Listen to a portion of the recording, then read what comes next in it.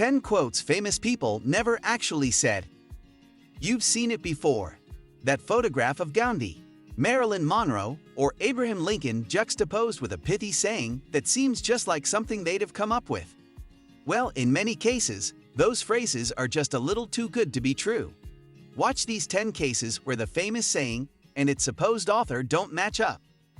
Number 1. Gloria Steinem. A woman without a man is like a fish without a bicycle. A few variants of this phrase exist, most notably, a woman needs a man like a fish needs a bicycle.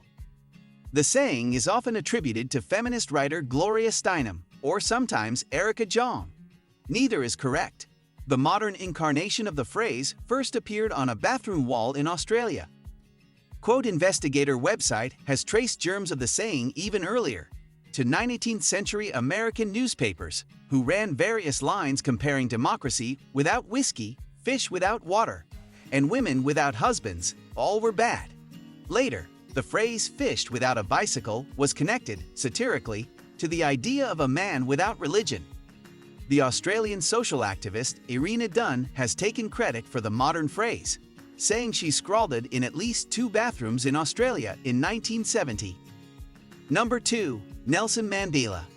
Our deepest fear is not that we are inadequate. Our deepest fear is that we are powerful beyond measure. Anti-apartheid hero and former South African president Nelson Mandela never said this. The phrase originated with Marianne Williamson, the New Age guru and erstwhile 2020 presidential candidate.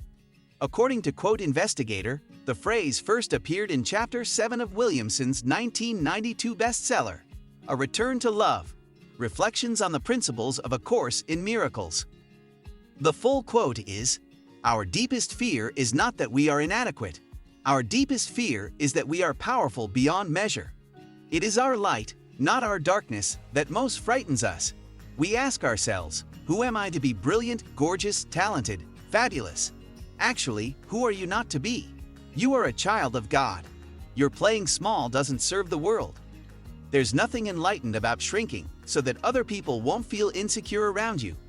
We are all meant to shine, as children do." Some people find the lines inspiring, but there's no connection with Mandela.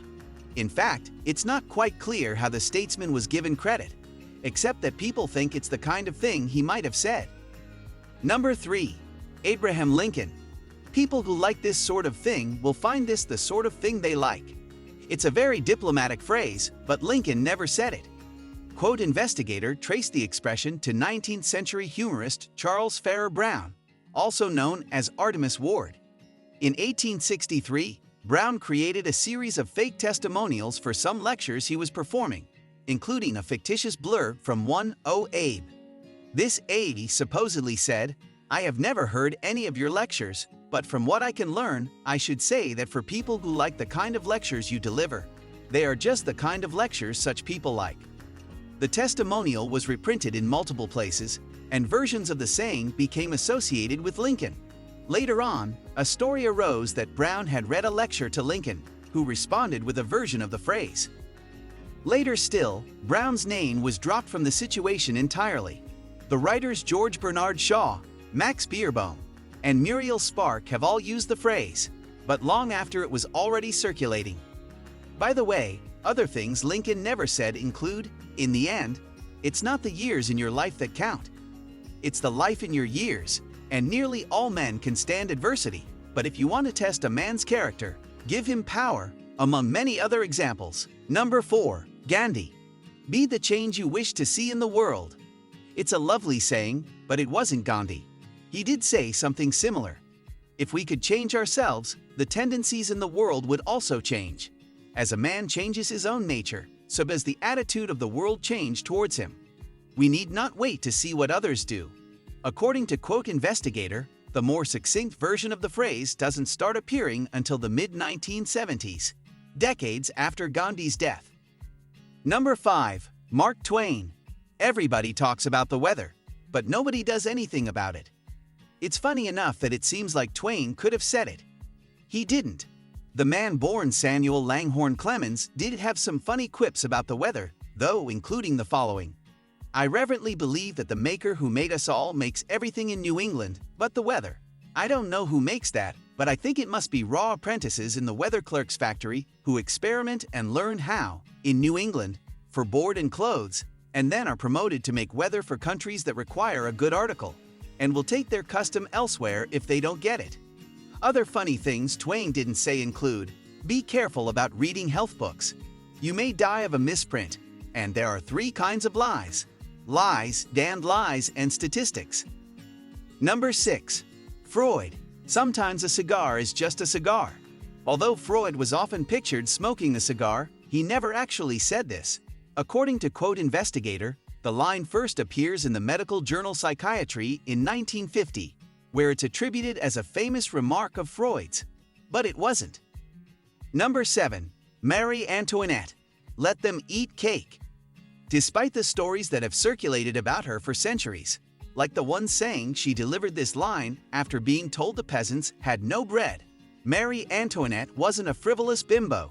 In fact, she was smart, sensitive, and charitable, according to her biographer Lady Antonia Fraser. Fraser and others have noted that versions of this line existed long before Antoinette's birth. The tale was first told about Spanish princess Marie Therese, who married Louis XIV in 1660. She supposedly suggested that the French people eat la croûte de pâté, or the crust of the pâté. Other royals were connected to the story over the years, and philosopher Jean-Jacques Rousseau made the line famous in his 1766 Confessions, but he attributed it to a great princess, not one in specific. Number 8. Marilyn Monroe. Give a girl the right shoes and she can conquer the world. Monroe is credited with a number of popular sayings that appear next to her iconic image on Tumblr, Facebook, Pinterest, etc. It seems fairly clear that the credit for this one should actually go to Bette Midler, although she didn't use those exact words.